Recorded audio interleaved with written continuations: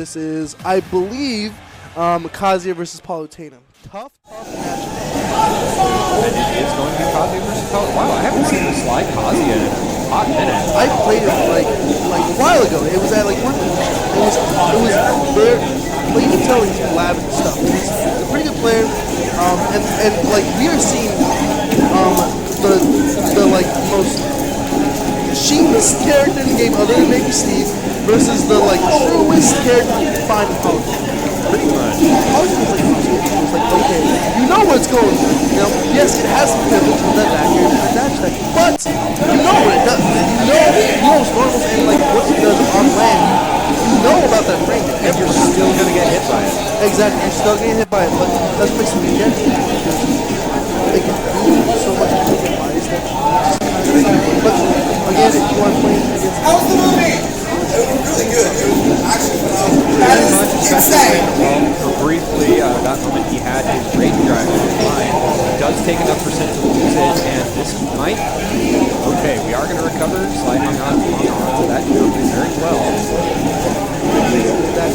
And that's not the deal with no rage drive anymore. Again, there is rage, but rage drive and rage, not the same thing. Not the same thing, kind of confusing. And with that back air, Furret will take that first stock.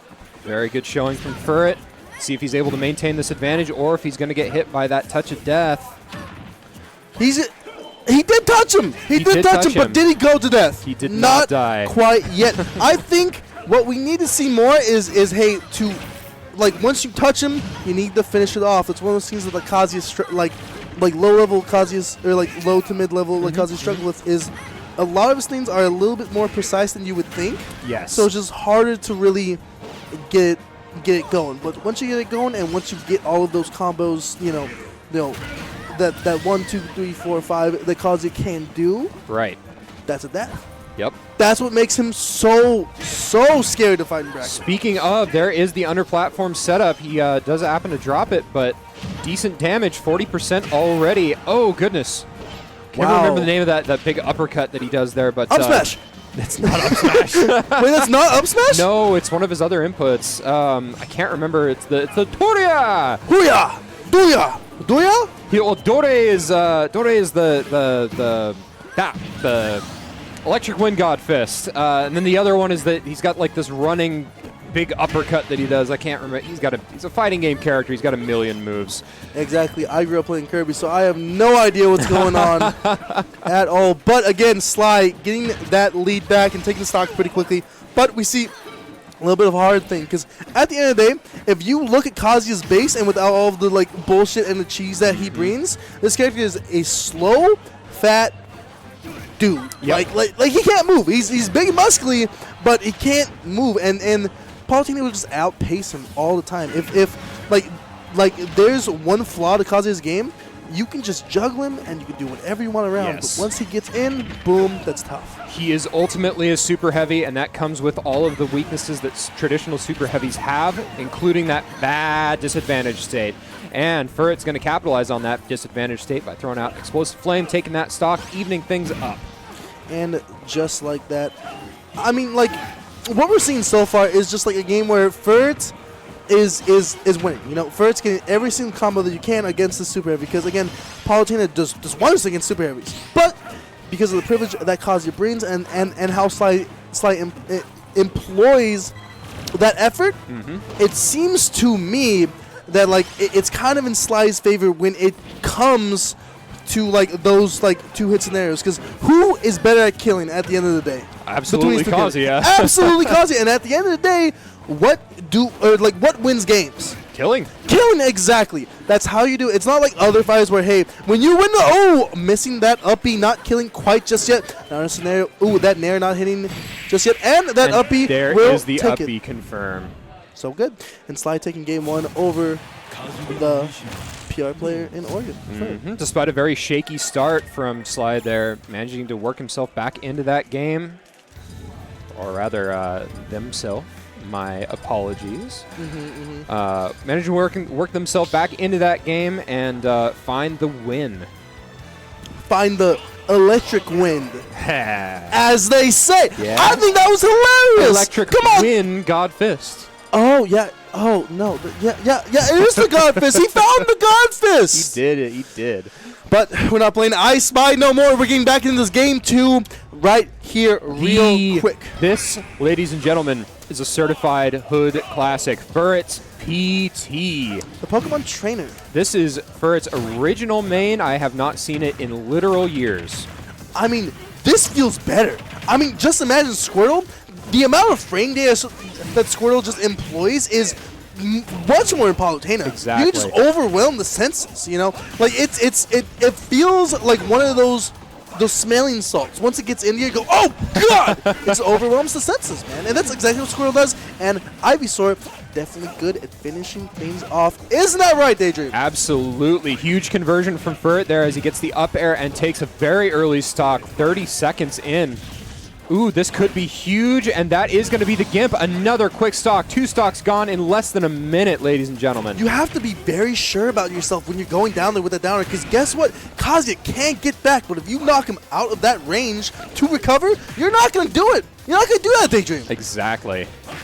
This is, of course, a game that Sly could very easily work themselves back into. Kazuya is a character that has got a really strong comeback factor, but not there. A minute and 6 seconds was all it took for Furret to be like, okay, I'm going my true day 1 OG main. And guess what? I don't give a shit about your damn Kazuya. I'm going to throw you straight in the sky and then gimp you and do all these things and just yoink your stocks away. I'm going to be a little thief, a little Sly guy, and take it from your Sly. Looks like the training weights are now off for both players as Sly has switched to their own tried and true original main. The Crom is coming out. Crom being one of those really, really good characters at the beginning of the game. Kind of fell off in the middle a little bit, but still has that frame data and still has a lot to it. The only bad thing about this is that, guess what? That's one of the, if not the worst recovery in the game, is what Crom has for his uppie. It's guess not what? good. What knocks it out of it? Squirtle's down. Squirtle's water gun. Yeah, water gun. And I am sure we're going to see something like that. Just getting him off stage, it's just tough. You just kind of die.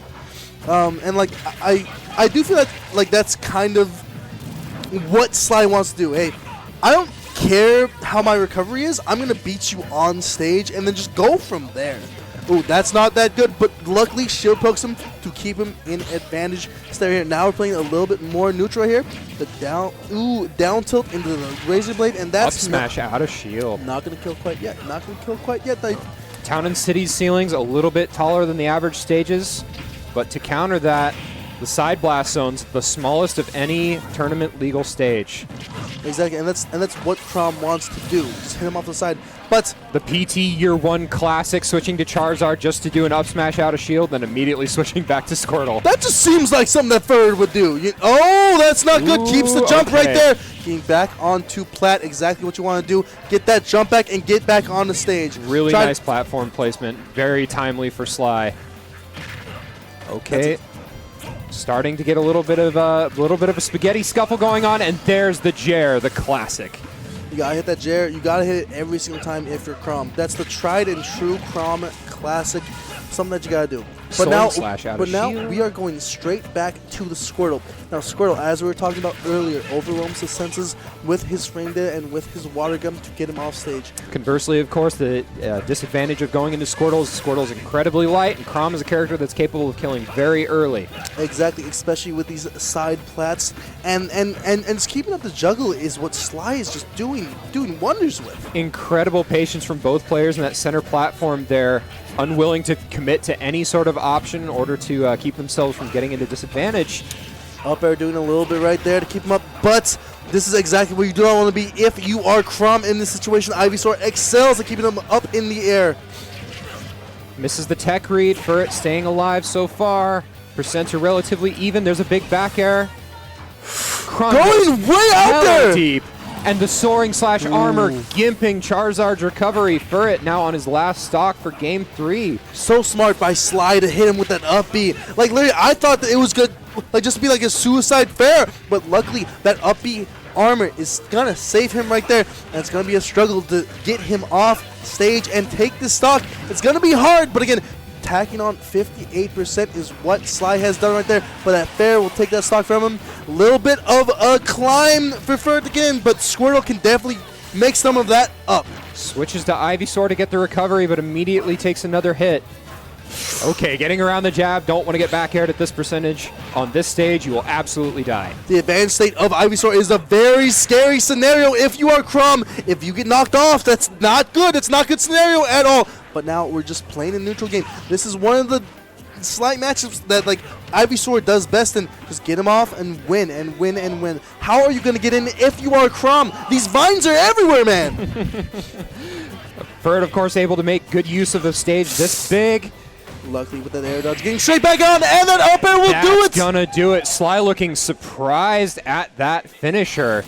And that is game 3. This is a best of 5. Every single thing here, as I would like to remind the audience, is a BO5. So you have to beat your opponent 3 times. All right. That can be tough.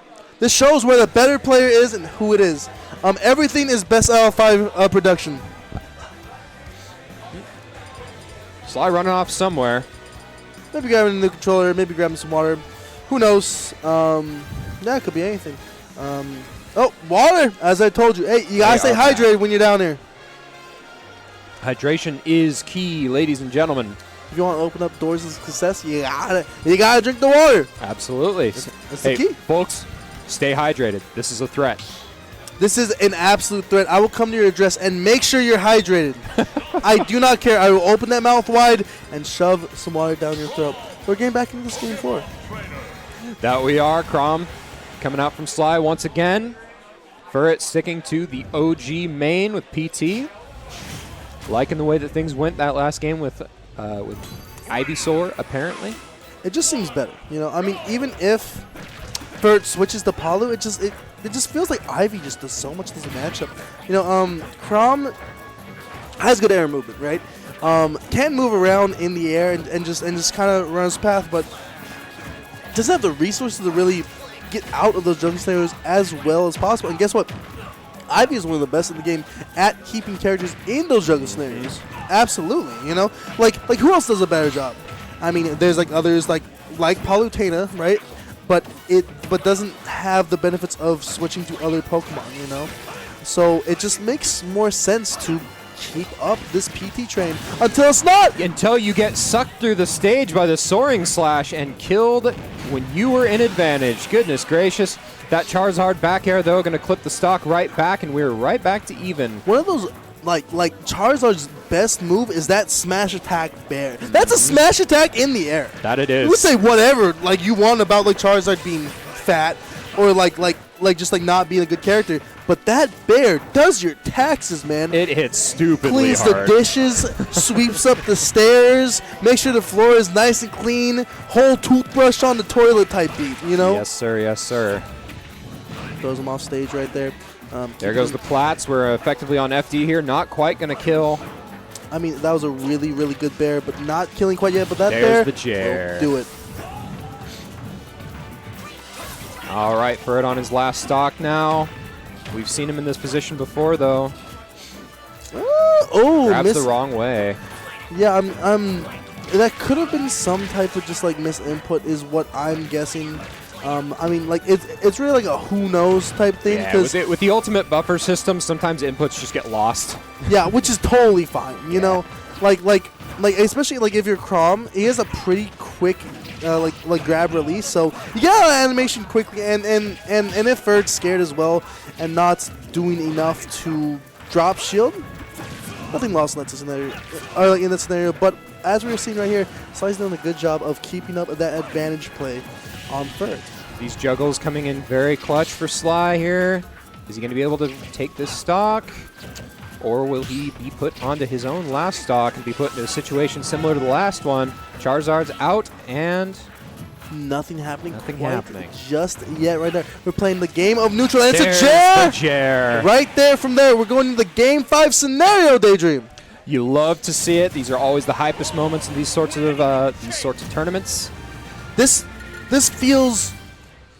It felt weird because I feel like Game 3 was a lot closer, you know. Yeah. And Sly just kept the train going, you know. He kept chugging along and just made sure there was no way for the PT to do anything in that scenario. He just couldn't do anything. Yep. call that a little bit of a suffocation. All right, we are going to objectively the best stage in Smash Brothers Ultimate. Battlefield, but smaller. Small battlefield. Oh, that's why it's called Small Valve. Oh, duh! I would never have guessed. There's no center plat. It's weird, right? Like, you would have thought it was called, like, double field because there's only 2 platforms or something like that, but small battlefield. What? But now we're Wild. into it. The even percentage as of right now. Now, we haven't seen this quite just yet. You know, this is like one of those day one alts sets that you would see. Like Chrom was a very good character back then, you know? Ooh, that down smash, that is going to be the perfect gimp to kill Chrom, as Chrom does not have the ability to recover from that angle. It's one of like the worst parts of Chrom is that, well, in this matchup at least, all of those smash attacks, like if you go high with up B, guess what? That forward smash still has a win box. Boom, you explode. You're done. You're done. You're gone, big guy. And down smash hits that down below, and you die again. It's going to be tough. Like, you cannot get hit off stage if you're Sly, Daydream. Precisely, my friend. And, ooh, okay. Sly trying to fish for a kill here, but Furret playing very patiently, making very good use of the back airs. That almost killed. Goodness gracious, just a single stray hit of the back air, and the F-tilt is going to clutch it. Chrom F-tilt hitting surprisingly hard for how simple of a hit it looks like. Chrom is a character that, if he wasn't so hampered by Soaring Slash, if he had Roy's Blazer, I think he would have been the best character in the game. Oh, yeah, 1,000%. I mean, that just makes sense. I mean, Chrom is a very, very good character. It's very consistent. Huge F-smash punish from Furret there. Goes for the ledge trump. And the down smash is going to trade there for the kill. Very positive trade for Furret. This is looking increasingly desperate for Sly. Just very... Oh! The Wow. down air sent him straight up. Almost getting something off of that jab, but nothing quite just yet. You're off stage as Chrom. Not a good place to be, but you did get a little bit going. Those bears are working wonders for him. That shield is coming into play and getting through every single hitbox that Chrom can put out, and we're just seeing just slug after slug after slug from both of these players. But there's just one thing to think about. Sly is down to stock. You can't be slugging it out with each other. You need to get that stock. As that percent deficit widens, it's only going to become increasingly desperate for Sly. Chrom is a character that makes good use. Okay, goes too low on the angle for the Jer. Chrom makes excellent use of Rage, but this is a very doable situation for Sly. 73%, not terrible. He just needs to not get gimped. Ooh, the patience. The amount of panic situations that you can like go after if you're Furret, just like they're just air dodging in. They're air dodging in. They're just like, oh my god, I've been hit. I got an air dodge, and the panic is starting to catch up with both these players. But we just gotta see if Furret's experience can somehow get Jumps in. over the explosive. Oh no! Sly messing up on the air dodge direction and dying for it. What a way to end the set. Such a tough way to end it. I mean,